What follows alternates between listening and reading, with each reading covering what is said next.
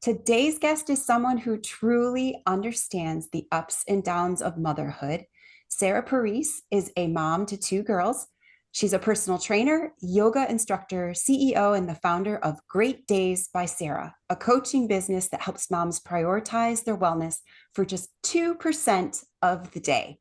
After experiencing postpartum depression, mom guilt, and anxiety herself, Sarah made it her mission to shift the story of motherhood from surviving to thriving. Through her programs, she teaches moms how to take care of themselves in simple, doable ways, and she holds them accountable so they can actually stick with it.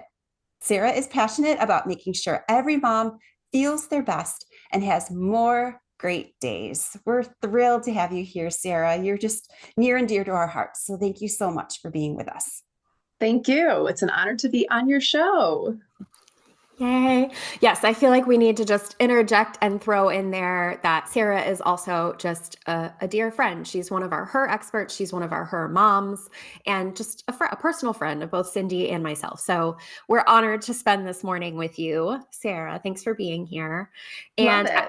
I want to dive right in because this is a topic in the her world we talk about all the time. Self-care, self-care, self-care. We all need self-care, right? So often when moms hear the word self-care, though, we picture long spa days, bubble baths, expensive getaways. These are the things that society tells us is supposed to be how we take care of ourselves. But these can feel really unrealistic in the middle of busy family life. But self-care doesn't have to be complicated or time consuming. And this is something that I love about you because you always talk about that 2% and that is the way to conquer it. So please tell us, Sarah, from your perspective, why do you think moms tend to overcomplicate self-care? And what are some ways that we can start to see self-care as something much more simple and accessible in our everyday lives? I love this question so much because every time I talk to a new mom and they say the same thing, I was like, everyone make sure you take care of yourself. Make sure you take care of yourself. Like when you have a baby, like don't forget about you.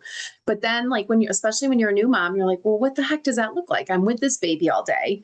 A lot of times starting off like either single income or just a shift of income on things. So you're not even doing the things you maybe used to do in your single life of even getting a manicure or pedicure, much less like a long spa day or like a weekend getaway with your girlfriends, which are all amazing. And I always say, don't discredit that. That, of course, still falls in that self-care category, but we don't need to make it like big or perfect, or it doesn't have to look like it used to look. So that was probably my hardest lesson coming into motherhood. Like my workouts, I didn't work out for a really long time after having my daughter. Well, for a lot of reasons, but I had a broken tailbone. I was dealing with postpartum issues. There's a lot of layers to unpack there. But a lot of the reason was even when I was physically ready to do something, it was like, well, I can't get to that spin class because I have to get to the gym. It's a 45-minute class. Then I'm going to have to shower. I'm going to want to do a steam room and I'm going to have a babysitter for 2 hours. And that doesn't, one, I don't want to be away from my little one for 2 hours. Two, I can't afford to be. So instead of doing something like a lot of moms, I did nothing for a really long time. So we start to underestimate the benefit of like tiny wins. Like, okay, I can't go to that 45-minute spin class, but could I go for a walk in my neighborhood for 40 minutes with my toddler in my stroller or my infant in my stroller and get out in the sunshine and get some fresh air? Yeah. Would it feel the same? Probably not. But I think we underestimate how good the little micro wins would be. So instead of we kind of fall into this all or nothing. We're like, if I can't do it all, well, then I'm going to do nothing, or the never or always. Well, I can't get to the gym 5 days this week, so let's start next Monday. Kind of pushing it off. And then the last thing I think a lot of times, especially with moms with toddlers, this decision fatigue of what even should I do? Like how many more choices or how many more decisions do I need to make throughout the course of the day? And it kind of paralyzes us. And it doesn't even matter if you have an infant or a toddler or your kids are in grade school or high school. There's all these decisions and all of these choices we make every single day. And it just becomes one more. So if you don't have a plan ahead of time, not like 5 minutes ahead of time, like really ahead of time, a lot of times we end up doing nothing because we're just paralyzed with that decision fatigue. Yeah, those routines as sometimes, I know a lot of times we say we want to be spontaneous and have more of that in our Hmm. lives, but those routines, especially when it comes to self-care, are crucial to making it actually happen. And as you were talking, I thought of a couple of things. And one of them is I feel you on the whole must go to the gym, must make it to the gym. But then when you're talking about the walk outside in nature and getting the fresh air, that seems like a whole other level of self-care. So as I was Hmm. hearing you talk, like I think a lot of women, moms have something in their head of what they're supposed to be doing for their health and for their self-care. But sometimes we need to allow ourselves the opportunity to explore what other things might look and feel like. And it might not be Hmm. as hard of a workout as you're used to, or the type of self care you think you're drawn to, but it might fill your cup in a whole different way. So I think experimenting can be really helpful when it comes to that. It's such a good point too, because self-care doesn't have to be by yourself. Like a lot of times, of course, we would love it to be alone. I would love to do a workout without my kids eating cereal on the garage floor. That would be lovely, but it doesn't always look like that. So self-care can still be with other people. A lot of times our children, and it can still be just as beneficial. I have a quick question for you. I know that you are Mhm. a personal trainer and we're circling around movement a lot. Mhm. Are there other things that you consider self-care that you kind of pull into this category of things that Oh my moms God. should be doing? So much. Literally anything that puts a smile on your face or makes your body feel good and energized. So like I do like micro movements or micro moments throughout the course of the day. So one mom I just started working with, she's not into moving. She's never exercised. We're getting her step count up just slightly. So right now she's averaging like 3,000 steps a day. Her goal is to get to 5,000 by the end of September to kind of have that be her average. But she's taking these like micro moments of when she makes coffee, she's not also going to be making lunches, making her own breakfast and cleaning up the kitchen. Instead, while that coffee brews in the morning, she comes downstairs, it brews before the kids get up, and she's going to do a mini meditation during that time. So she downloaded the Headspace app, which is one that she has found and I love. And she does a 3-minute meditation while her coffee drips. And I usually say, like, only make coffee, like, just make the coffee. And she's tying this kind of mindfulness into it. And she's only 3 days in, and she's like, you wouldn't think 3 minutes would do something. And it totally sets the tone for the whole day. She's like, I find myself moving a little slower, but I'm more efficient. I find myself sitting back and like being more mindful and being in the moment. Like when my kids get up, then I'm making the lunches and we're talking about the foods I'm putting in. And she's doing all these little shifts. So starting the day like that. I know a lot of women love to get up and read. If I were to get up and read, I would fall right back to sleep. But a lot of the people I work with work out later in the morning or even at night when their kids go to bed, and that works for them. So I really think anything filling your cup, movement for me is just like multifaceted because it fuels that physical, the mental, and the emotional, especially in the beginning of the day. So it kind of is like a multi-purpose self-care tool for me, but it really is anything that brings joy to you. So I'm assuming that this is what you're talking about when you are calling it 2% of the day. It's these Mhm. tiny shifts. Is that what the 2% means?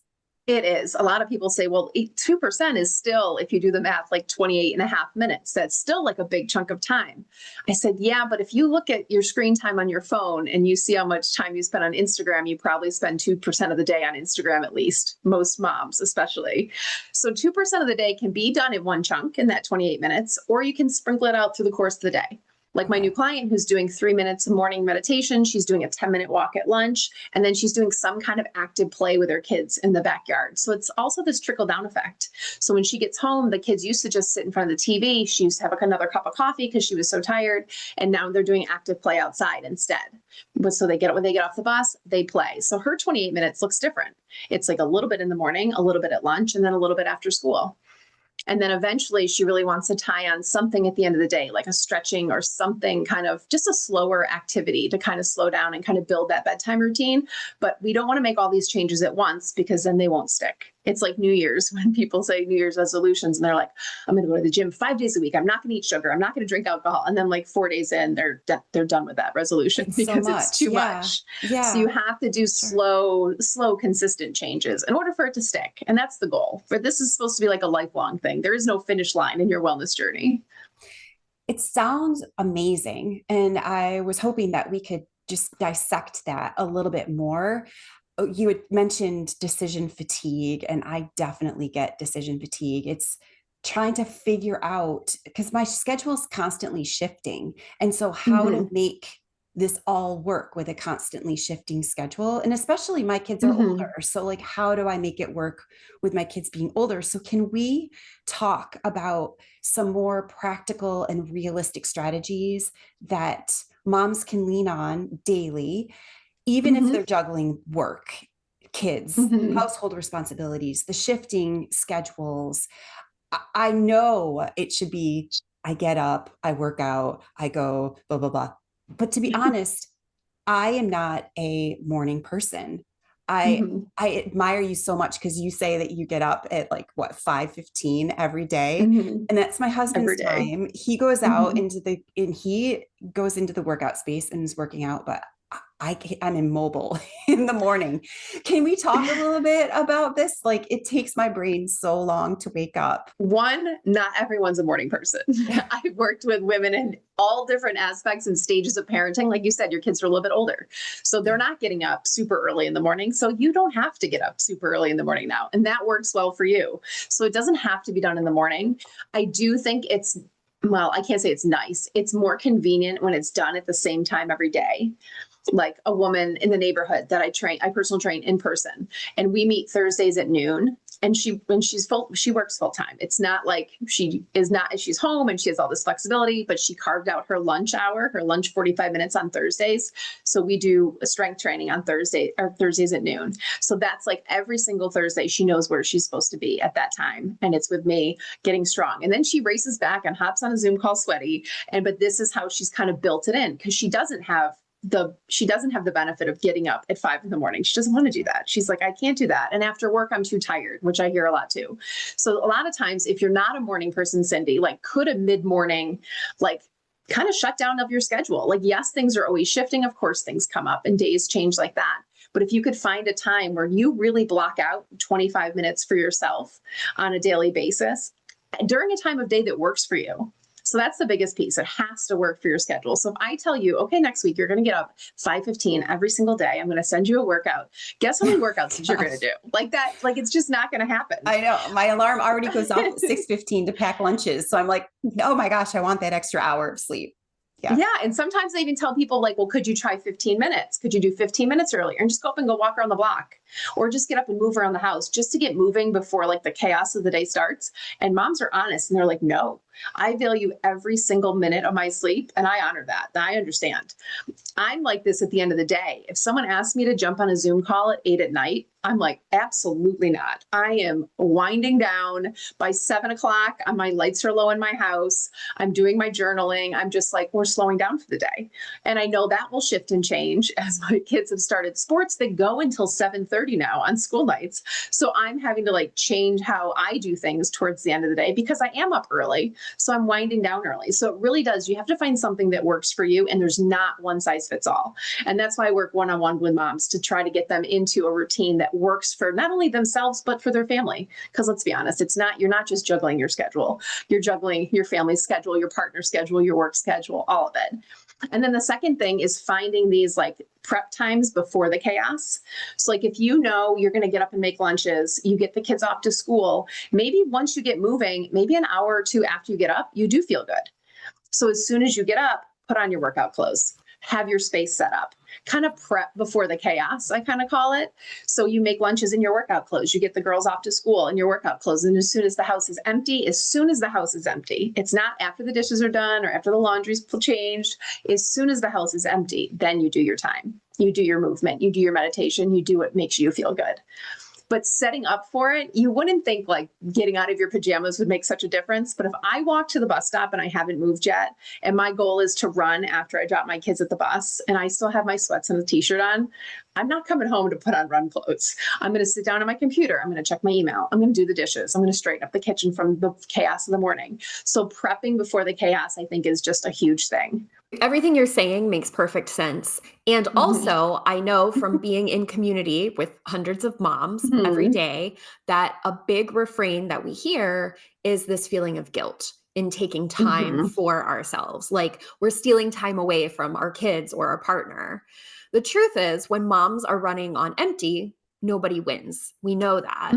So how can we reframe the way that we think about self-care so it feels like the lifeline it is instead of some kind of indulgence?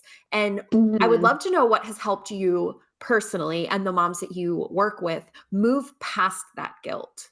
Thank you so much, Sarah, for sharing your passion. Your passion is abundantly apparent, and your Thank wisdom with you. us. It's always a joy to speak with you, and we appreciate you being a part of the Her community and just always bringing your light everywhere you go. Thank you so much. That We makes my love heart you. very happy. We love you, Sarah. Thanks so much.